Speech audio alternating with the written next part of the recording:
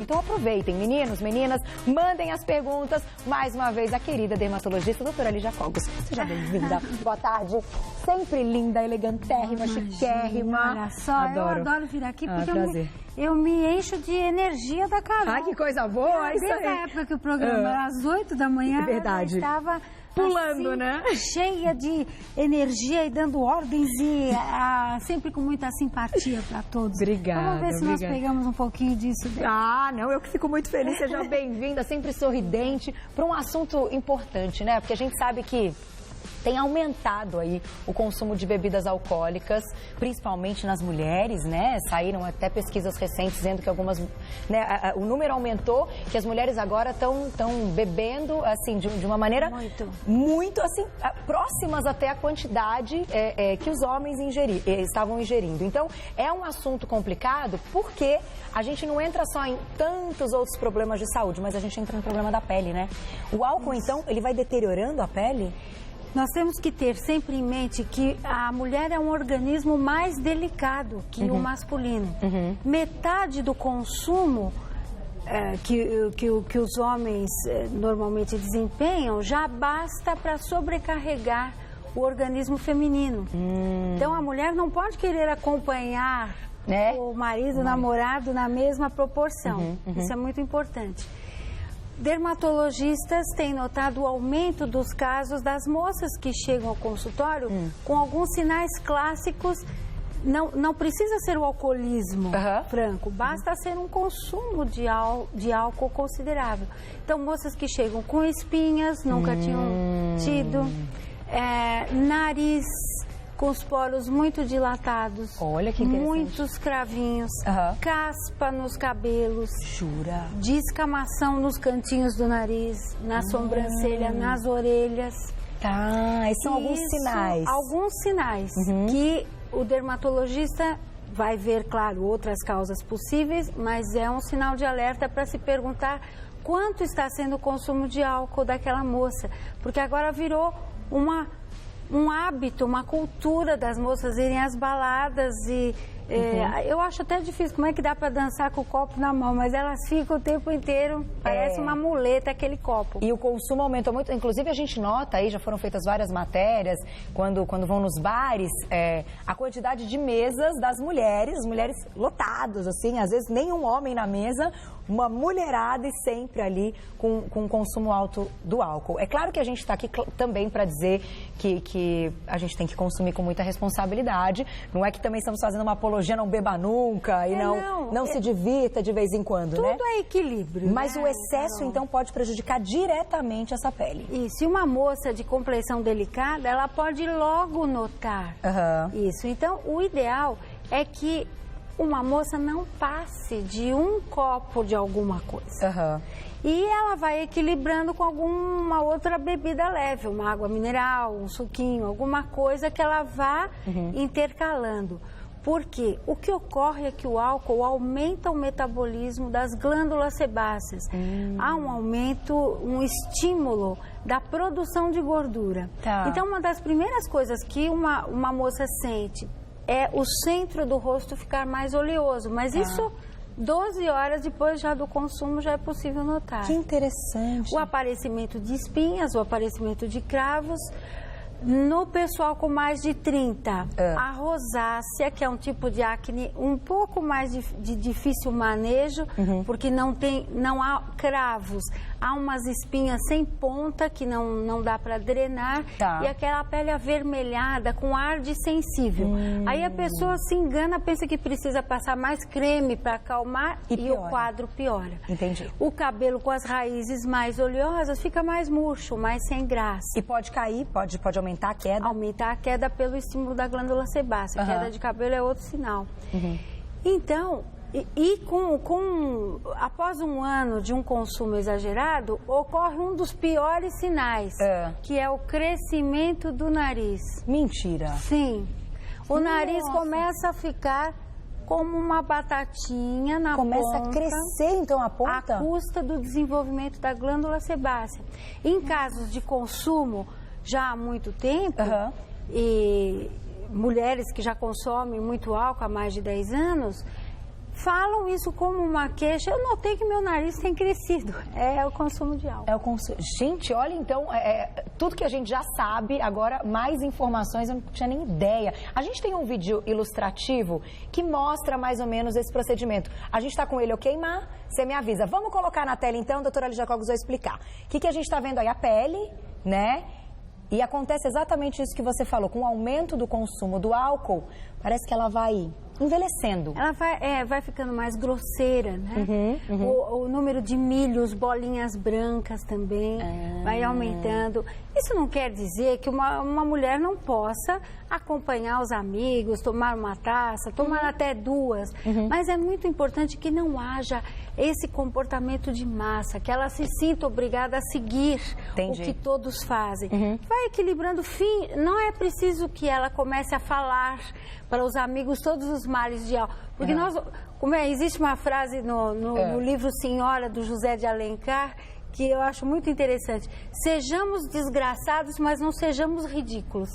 Então, não é preciso que ela comece, no meio daquele barulho todo, a fazer uma preleção. Ela finge que está tomando, vai intercalando com uma água mineral e tudo dá certo. Porque, inclusive, o tempo em que se consome também é importante. É muito diferente tomar até uma quantidade maior, mas ao longo de várias horas, do que virar muito duas rápido. taças de uma vez. E eu ia até te perguntar, até por essas nossas imagens, assim, tem alguma bebida que seja pior? Ou aquelas que tem mais concentração de álcool? Quanto mais álcool, pior. Pior. Então, inclusive, essas bebidas que são muito gostosas, que as mulheres gostam, como as caipirinhas, essas bebidas que são muito doces, mas que têm um teor alcoólico grande, que sobe com facilidade, é preciso tomar cuidado, porque é uma coisa gostosa. As mulheres têm afinidade por coisas doces. Então, e aquilo vai fácil. Né? É suquinho. A de caipirinha de saquê, por exemplo, super doce. É claro que quanto mais teor de suco, de gelo derretendo dentro, melhor. Mas eu tenho visto as moças consumirem, pelo menos as moças que chegam lá no meu consultório, estão consumindo muita vodka. Muita vodka? Muita vodka pura. Nossa, isso não é para vocês. Gente. Isso é modinha.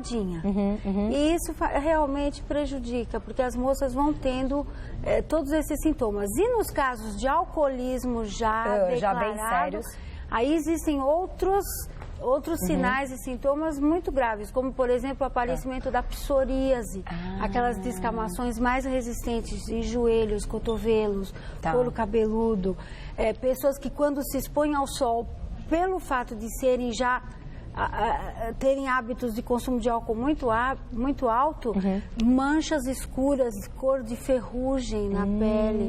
Nossa. Coisas já bem mais graves. O teor proteico diminui. Tudo que as nutricionistas, os médicos recomendam, que nós tenhamos uma alimentação rica em proteína e mais pobre até em carboidrato, não tanto carboidrato, é o contrário que o álcool faz. Ele consome as proteínas, então as pessoas vão perdendo um pouco da massa muscular, isso com consumo alto, não é com esse consumozinho social. E vão ficando mais congestionadas no rosto, no centro do tórax, com as perninhas mais finas, pela falta do teor proteico. Parece que o músculo, ao invés de crescer, por mais que a pessoa tenha ali uma atividade física, o músculo se contrai e vai diminuindo. E desidrata a pele, né? O álcool tira o líquido da pele. Ele aumenta a gordura, mas pela falta de colágeno, a gordura perde aquele teor de água profundo, aquilo que dá o aspecto viçoso, fresco, jovem, né? Fora que o álcool tira muita disposição no dia seguinte. É verdade. A Carol não estaria com toda essa energia se ela tivesse consumido muito álcool. Não dá. Todo mundo sabe, eu já contei aqui no programa várias vezes e falo numa boa. Eu gosto de tomar uma tacinha de vinho. Isso. Né? O vinhozinho que adoro, acho o vinho assim, mas sempre com moderação. Até porque todo mundo sabe que eu sou equilibradíssima na dieta, então ele também tem suas calorias, também tem seu açúcar, então com moderação, né, doutora? Claro, então é um prazer, mas com moderação. O vinho, tudo pode ser tomado, vai intercalando o vinho, por exemplo, num jantar. Uma mulher comum que não consome álcool demais, gosta de sair com o namorado, com o marido, com os amigos, para um vinho. Vai tomando vinho, mesmo que tome 2 taças, por exemplo, ao longo do jantar, mas vai equilibrando com um pouquinho de água e vai tomando aquilo ao longo do jantar. Concordo. Né? E aí não dá até os benefícios do vinho, que tem os antirradicais livres. Acho que os deuses queriam pôr na nossa cabeça que tudo pode ser feito desde com equilíbrio. Com equilíbrio, né? eu acho que tudo na vida. Agora, a gente tem uma perguntinha no Insta, que eu vou colocar na tela, de quem quer, Mamãe. Estão chegando várias perguntas. Dani, um beijo pra você, obrigada pelo carinho. Tenho rosácea e gosto de tomar vinho de vez em quando. Faz mal? Diga lá. A rosácea, se for bem controlada, ela libera a pessoa para esses hábitos. Sabemos todos, os dermatologistas estão muito acostumados a manejar a rosácea, que agora até tem tratamentos mais modernos. Mas a rosácea se sensibiliza, por exemplo, com comidas picantes, com bebidas alcoólicas, com mudanças bruscas de temperatura. Mas isso é tudo uma questão de equilíbrio. Você deve, que está nos escrevendo, que está nos mandando a mensagem, usar esses cremes calmantes, à base também de antibióticos, né? Que os dermatologistas prescrevem. Cremes calmantes à base de corticoides bem delicados, desses que se usam nos bebês, nas crianças. Às vezes é preciso até tomar algum medicamento, um antibiótico suave, para controlar. E esse equilíbrio, tomar o álcool intercalando com água. Eu acho que essa é a melhor dica. Eu vou dar um recado e volto já. Vamos responder todas as perguntas, eu sei que estão chegando várias. E a gente vai falar também do cigarro, da poluição, que a gente sabe também está aí. E a gente vai dar mais informações. Volto já, tá? Com muita informação, com muito conteúdo e, claro, respondendo todas as suas dúvidas. Mais uma vez, a dermatologista, a doutora Lídia Cogos. Vamos continuar o nosso bate-papo, que as meninas estão adorando. Aliás, já vou abrir, então, nosso bate-papo desse segundo tempo te perguntando uma coisa. Quando a gente dá uma exageradinha, eu tomo um pouquinho mais de álcool, né, enfim... Dia seguinte, a gente sabe que dá uma complicada. A gente olha no espelho. Na hora, né? Já fica uma coisa meio estranha. Às vezes você tá numa festa, vai tirar foto, então... a outra posta lá no Facebook. Então, às vezes você está... Isso até para as noivas, que fazer aqueles brindes todos. Então... Eu aconselho, quem vai sair, sabe que vai beber um pouquinho, não deixe de levar na bolsa 2 armas poderosíssimas. Um corretivo em bastão e um estojinho de pó compacto. É o que vai salvar. Isso é o que vai salvar. Não adianta... O pessoal que não entende de mulher fala para ir jogar água gelada no rosto. Você está toda maquilada, vai jogar água no rosto? Não tem como, é verdade. Então, vá ao toalete naquela hora que você começar a se sentir mais afogueadinha. Você olha no espelho e acha que o nariz está meio de batatinha. Muitos desses corretivos em bastão já tem zinco, que acalma a maioria. Então, passe o corretivinho de zinco, esses corretivos secos em bastão, nos cantinhos do nariz, um pouquinho em cima, e fixe com pó compacto. E em alguns minutos já dá uma acalmada. Olha que coisa boa, graças a Deus. Porque as bochechas rosadas até não é feio, né? Fica mais quando fica né? vermelho no centro do rosto. A gente tem uma perguntinha no Twitter que tem relação com isso também. Vamos ver de quem quer, Mar? Silvana, um beijo pra você. Por que o rosto de quem bebe demais fica vermelho? Como é que a gente explica isso, então? São essas glândulas mesmo? Pois é, existe uma vasodilatação, mas talvez a sua espectadora esteja perguntando até de processo crônico, né? Na hora já fica vermelho por simples vasodilatação. O álcool é um vasodilatador imediato, por isso que as mulheres, os homens também, mas as mulheres mais ainda, ficam vermelhas. E com o consumo crônico de álcool, aquilo vai se eternizando, vai havendo até um rompimento de vasinhos, a formação daquelas aranhinhas, os spiders, as teleangiectasias crônicas no rosto. Então, é um dos efeitos indesejáveis do álcool. Alguém já falou, esse aí tem cara de quem bebe, não é? O que é isso?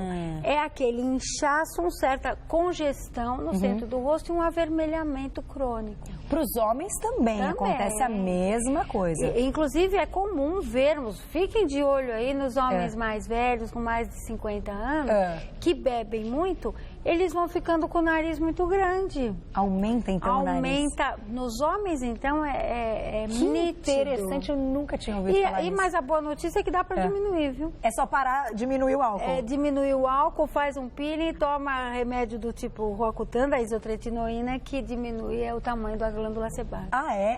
Gente, então, fica parecendo uma plástica. Então, aproveitando que você falou um pouquinho de tratamento, a gente sabe, né, que a pele está exposta, tanto a esses efeitos da poluição. A gente não citou o cigarro, não comentou, mas ele tem aí um efeito parecido com o do álcool?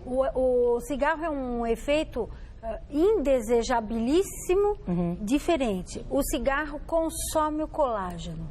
Ele come as proteínas da pele. Nossa. Então, ele dá, ao contrário, ele não dá um avermelhamento, ele dá uma palidez crônica. A mulher fica com olheiras, pálida, sempre com um aspecto desvitalizado.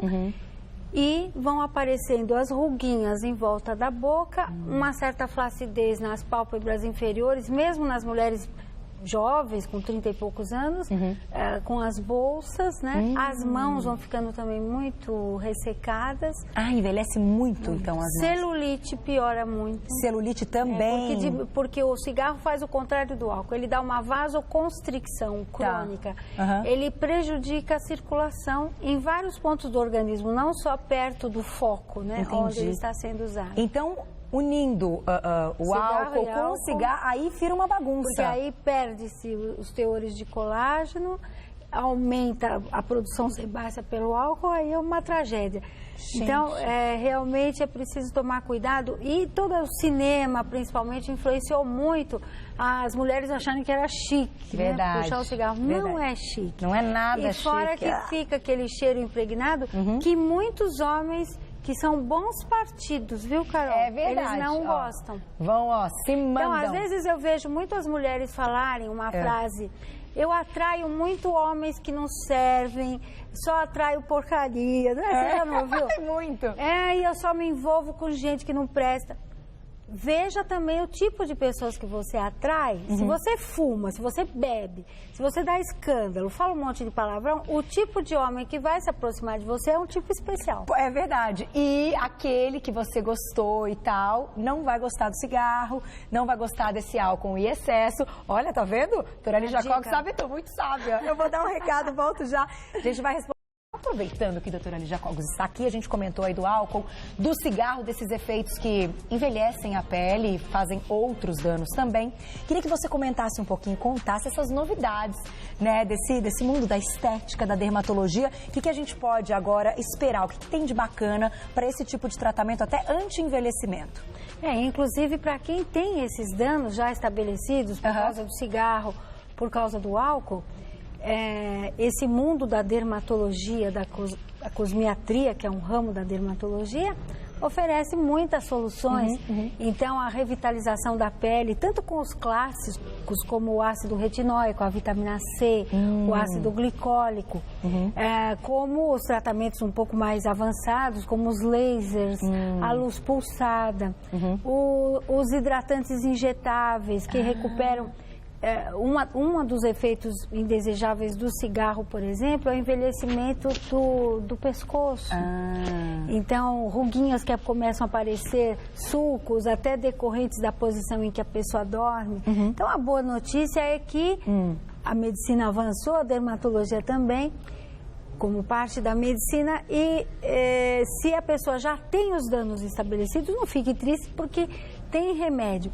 E uma coisa, né, Carol, interessante de abordar nesse universo feminino, já que as mulheres têm anseios e expectativas muito diferentes dos homens. Não adianta dizer que nós somos iguais, nós não somos. Completamente diferentes. Nós podemos desempenhar muitas funções eficientemente, mas a nossa característica é muito diferente. E a mulher, por exemplo, quando ela não se sente bem, ela não se desempenha bem. É verdade. Na vida, nas outras áreas, né? Nas outras áreas. Ela fica, claro, nós temos que vencer as tristezas, os desânimos e tudo mais, temos responsabilidades.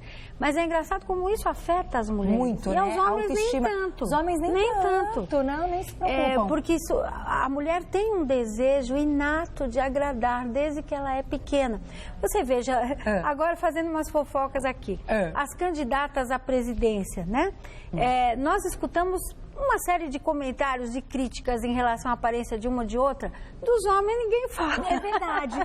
O lado das mulheres, essa parte, é isso que é observado nas mulheres, o impacto. Exatamente. Né? O momentâneo, assim, o impacto. Não adianta ser presidente e ministra, a pobre da mulher tem que dar satisfação da sua aparência, independente da idade, da função. Há uma cobrança da sociedade com isso, né? E isso, não adianta reclamar disso. É o que as pessoas esperam da mulher.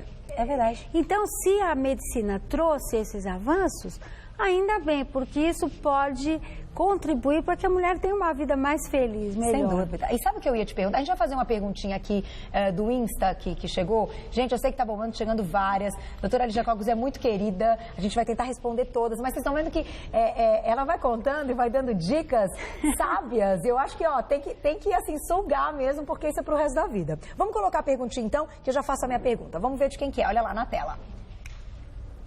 Juju! Um beijo pra você, Juju. A Juju é uma fã tão querida. Ela me deixa recado todos os dias, recados lindos. Juju, obrigada pelo carinho, você me faz feliz todos os dias. Cante então, Má. Eu acho que deu um probleminha pra gente colocar na tela, pode falar. Boa pergunta. Ela fez uma relação, né, entre bebida alcoólica e celulite. E se de fato o álcool pode aumentar a celulite, pode dar mais retenção de líquido, o que a gente pode fazer? Segura, você já me conta. Doutora Lígia Cogos. Pois não há nada mais enganoso do que aquelas propagandas de cerveja que mostram aquelas mulheres tão lindas, moças, bebendo cerveja. Aquelas moças, inclusive eu conheço várias dessas, que são até minhas pacientes aí, elas não bebem. Não bebem? Não. Principalmente de manhã, porque se você tomar a cerveja lá para as 11, meio-dia, como mostram as propagandas, 1 hora depois você já está com retenção de líquido ali. Olha só. Principalmente, quanto mais curvilínea for a moça, esse tipo de mulher que os homens gostam, que os pedreiros param na obra para aquela cinturinha, o bumbumzão. São as mais vulneráveis à celulite, porque é onde elas retêm.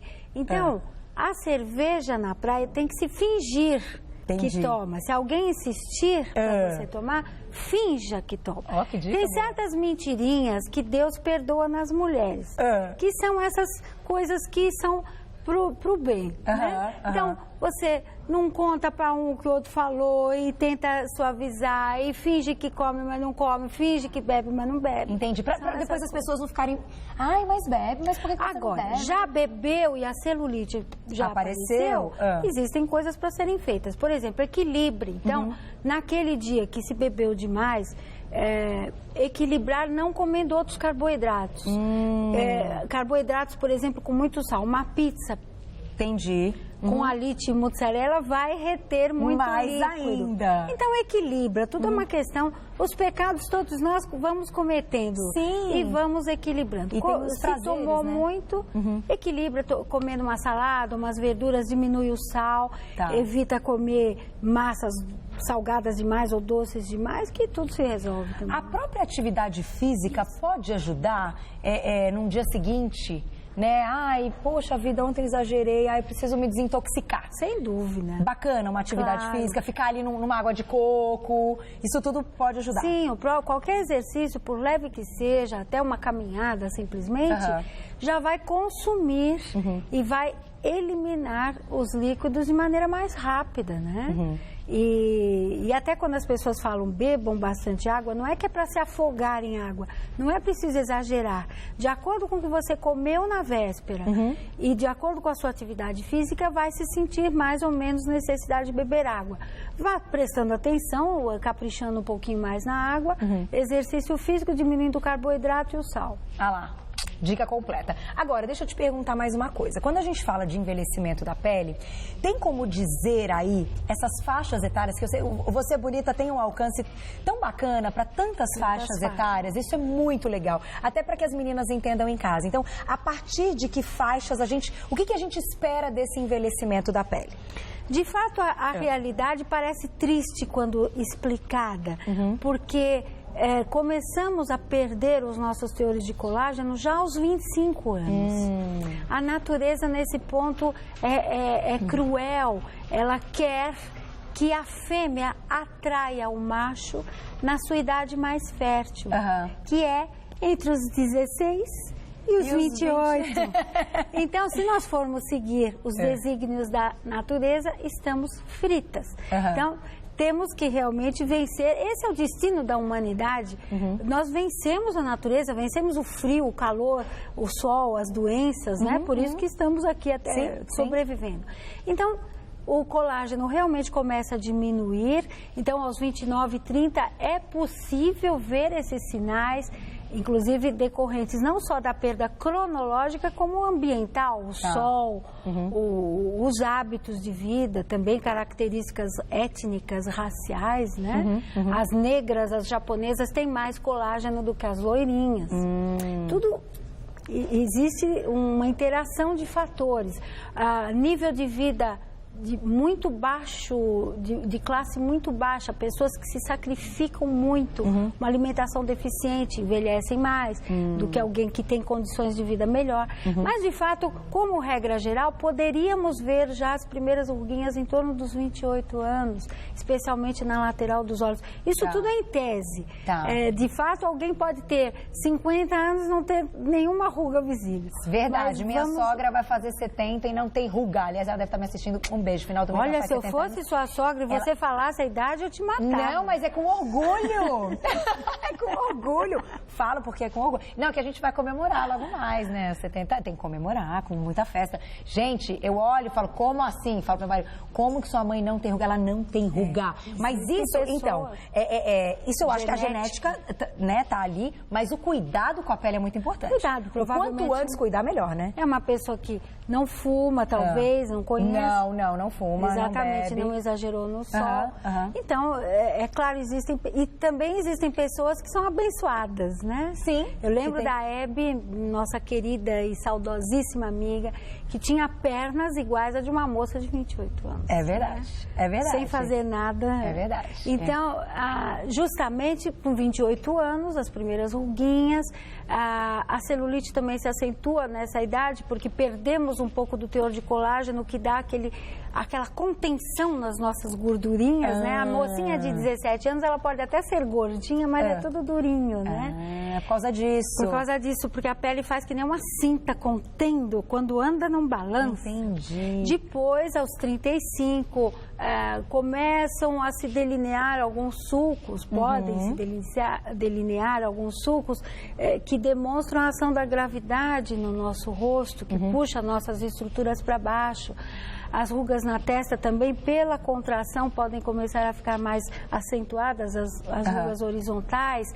Com 45 anos, esses sulcos já estão bem definidos. Com 55, podemos já perder os contornos do rosto, que é uma coisa muito importante. O que dá a impressão de juventude é que o maior volume do rosto esteja aqui, na área das maçãs, e não aqui embaixo. E com o passar do tempo, essa relação vai se invertendo. Entendi. O que dá um ar de senhora, às vezes até uma senhora bem cuidada, mas com maior volume embaixo. Hoje em dia já existem métodos para deslocar esse volume para cima, né? Que é o rosto juvenil. Mais fino embaixo, mais largo aqui. E aí, com o passar do tempo, com 70 anos, podemos ter já uma alteração. A pele parece seca e fina, e ao pegarmos a pele, ela não tem aquele substrato que quando pegamos uma jovem sentimos. O volume de cabelos pode diminuir pela privação dos hormônios femininos. Mas a boa notícia é que tudo isso é contornável com os avanços da medicina. Com certeza. E com todas essas dicas maravilhosas da querida Lígia Cogos, a gente vai encerrando o nosso papo. Poderia ficar aqui horas, foi uma delícia ouvi-la falando, mas você volta, né? Sempre. Volto, as suas espectadoras, elas são muito, às vezes, depois eu recebo e-mails, a gente com espírito científico, né? Que quer saber as coisas mais a fundo. Verdade, verdade. É um perfil interessante das pessoas que te assistem. Eu fico muito feliz, quero agradecê-la mais uma vez, muito obrigada. Ela volta, eu já pensei até numa pauta, já que a gente falou aí das fases do envelhecimento, falar um pouquinho das fases e dos tratamentos para cada fase, porque daí com certeza a gente procurando a coisa certa, teremos o resultado certo também. Obrigada mais uma vez. E minha sogra, não me mate, hein? Olha lá, se fosse doutora ali já quase me matava. Dava uma bela palmada. Não me mata, não. É orgulho, é orgulho. Obrigada. Um beijo e até a próxima.